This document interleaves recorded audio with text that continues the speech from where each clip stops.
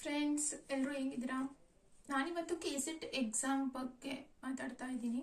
ಮತ್ತೆ ನಾನು ಹೇಗೆ ಕೆಸೆಟ್ ಎಕ್ಸಾಮ್ನ ಪಾಸ್ ಮಾಡಿಕೊಂಡೆ ಅನ್ನೋದ್ರ ಬಗ್ಗೆ ನಾನಿವತ್ತು ಶೇರ್ ಮಾಡ್ಕೋತೀನಿ.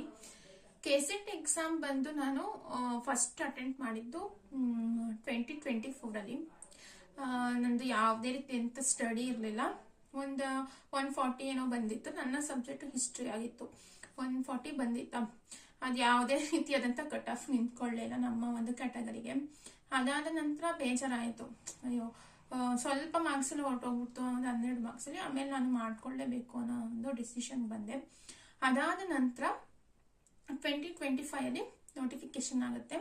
ಸೊ ಓದಲೇಬೇಕು ಅನ್ನೋ ಒಂದು ನಿರ್ಧಾರ ತಗೊಂಡು ಮನೇಲೆ ಕುತ್ಕೊಂಡು ಓದೋದಕ್ಕೆ ಸ್ಟಾರ್ಟ್ ಮಾಡಿದೆ. ಹಿಸ್ಟ್ರಿ ಬಂದ್ಬಿಟ್ಟು ಎಲ್ಲ ಬುಕ್ಸ್ಗಳನ್ನು ರೆಫರ್ ಮಾಡಿಕೊಂಡೆ. ಮತ್ತೆ ಫಸ್ಟ್ ಪೇಪರ್ನು ಕೂಡ ನಾನು ರೆಫರ್ ಮಾಡಿಕೊಂಡೆ. ಸೊ ನೀವೇನು ಮಾಡ್ತೀರಾ ಅಂತಂದ್ರೆ ಮೆಥಡ್ ಮಾತ್ರ ಓದ್ಕೊಂಡು ಫಸ್ಟ್ ಪೇಪರ್ ಬಿಟ್ಬಿಡ್ತೀರಾ. ಸೊ ಅದು ಅಲ್ಲಿ ಸ್ಕೋರ್ ಆಗೋದಕ್ಕೆ ಚಾನ್ಸೇ ಇಲ್ಲ. ಸೊ ಫಸ್ಟ್ ಪೇಪರ್ನು ಕೂಡ ಓದಬೇಕು, ಮೆಥಡ್ ಪೇಪರ್ನು ಕೂಡ ಓದಲೇಬೇಕಾಗುತ್ತೆ. ಸೊ ನಾನು 2 ಪೇಪರನ್ನು ಕೂಡ ಚೆನ್ನಾಗಿ ಓದಿದೆ.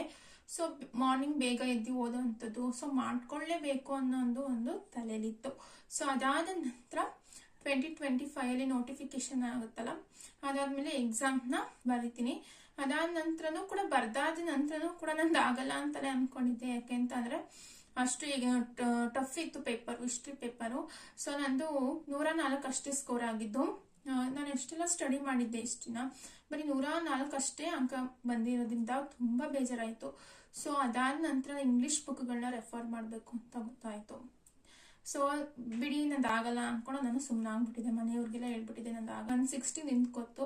ಸೊ ನಂದು ಗ್ರೇಸ್ ಮಾರ್ಕ್ಸ್ ಎಲ್ಲ ಸಿಕ್ಕಿ 166 ಆಯಿತು. ಸೊ ತುಂಬಾನೇ ಖುಷಿ ಆಯಿತು. ಎಕ್ಸಾಮ್ನ ಕ್ಲಿಯರ್ ಮಾಡ್ಕೊಂಡೆ, ಮಾರ್ನಿಂಗ್ ಎದ್ದು ಓದ್ದೆ. ತುಂಬಾನೇ ಸ್ಟ್ರಗಲ್ ಕೂಡ ಇದೆ ಈ ಎಕ್ಸಾಮ್ ಇಂತೆ.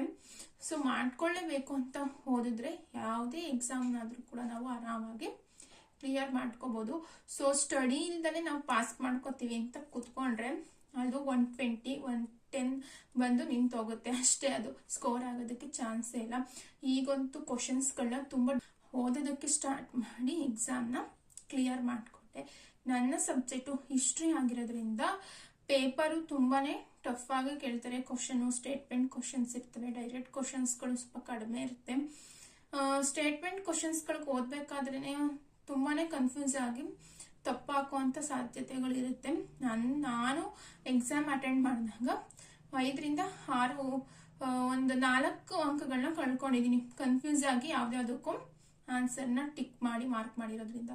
ಸೊ ನೀವು ಆ ರೀತಿ ಮಾಡೋದಕ್ಕೆ ಹೋಗ್ಬೇಡಿ. ಎಷ್ಟು ಓದ್ತೀರಾ ಅಷ್ಟು ನಿಮ್ಗೆ ಎಕ್ಸಾಮ್ ಕ್ಲಿಯರ್ ಮಾಡೋದಕ್ಕೆ ಬೆಟರ್ ಅಂತಾನೆ ಹೇಳ್ಬೋದು. ಇಲ್ಲ ಅಂತಂದ್ರೆ ಎಕ್ಸಾಮ್ನ ನಾವು ಕ್ಲಿಯರ್ ಮಾಡೋದಕ್ಕೆ ಸಾಧ್ಯನೇ ಇಲ್ಲ. ಸೊ ಅಲ್ಲಿಂದ 2024 ನಾನು ಬರ್ತಿದ್ದು 25 ಕೂಡ ವೇಟ್ ಮಾಡಿದೆ. 1 ವರ್ಷ ವೇಟ್ ಮಾಡಿದ್ದೀನಿ. ಸೊ ಎಕ್ಸಾಮ್ ಕ್ಲಿಯರ್ ಮಾಡ್ಕೊಳ್ಳೇಬೇಕು ಅಂತ ಮನೇಲೆ ಕುತ್ಕೊಂಡು ಓದಿದ್ದು. ಬಂದ್ಬಿಟ್ಟು ಸದಾಶಿವ ಅವ್ರದ್ದು, KNA ಅವ್ರದ್ದು, ಮತ್ತೆ ಜನರಲ್ GK ಪೇಪರ್ಗೆ ಸಂಬಂಧಪಟ್ಟಂತೆ ಸಾಧನಾ ಅಕಾಡೆಮಿ ಇದೆಯಲ್ಲ ಯೂಟ್ಯೂಬ್ ಕ್ಲಾಸ್, ಅದನ್ನ ರೆಫರ್ ಮಾಡ್ಕೊಂಡೆ. ಮತ್ತೆ ಮೆಂಟಲ್ ಅಬಿಲಿಟಿ ಕ್ವಶನ್ಸ್ಗಳು ಒಂದು ಸ್ವಲ್ಪ ಇರ್ತವೆ, ಯೂಟ್ಯೂಬ್ಗಳಲ್ಲಿ ಸಿಗುತ್ತೆ, ನೀವು ಅದನ್ನ ಆರಾಮಾಗಿ ರೆಫರ್ ಮಾಡ್ಕೋಬಹುದು. ಸೊ ಇಷ್ಟೆಲ್ಲ ಮಾಡಿ ಓದಿದ್ರೆ ಮಾತ್ರ ಕ್ಲಿಯರ್ ಆಗೋದಕ್ಕೆ ಸಾಧ್ಯ ಎಕ್ಸಾಮು. ಸುಮ್ಮನೆ ಕ್ಲಿಯರ್ ಆಗ್ಬಿಡುತ್ತೆ, ಅಟೆಂಡ್ ಮಾಡಿದ್ರೆ ಕ್ಲಿಯರ್ ಆಗ್ಬಿಡುತ್ತೆ ಅನ್ನೋದು ಒಂದು ದೊಡ್ಡ ಕಲ್ಪನೆ ಅಷ್ಟೇ. ಅದು ಯಾವ ಕಾರಣದಕ್ಕೂ ಆಗೋದೇ ಇಲ್ಲ. ಸೊ ನೀವು ಎಲ್ಲಿ ನಿಮ್ದು ಹಾರ್ಡ್ ವರ್ಕ್ ಇರುತ್ತೆ, ಪರಿಶ್ರಮ ಇರುತ್ತೆ, ಅಲ್ಲಿ ಸಕ್ಸಸ್ ಅಂತೂ ಪಕ್ಕ ಇದ್ದೇ ಇರುತ್ತೆ.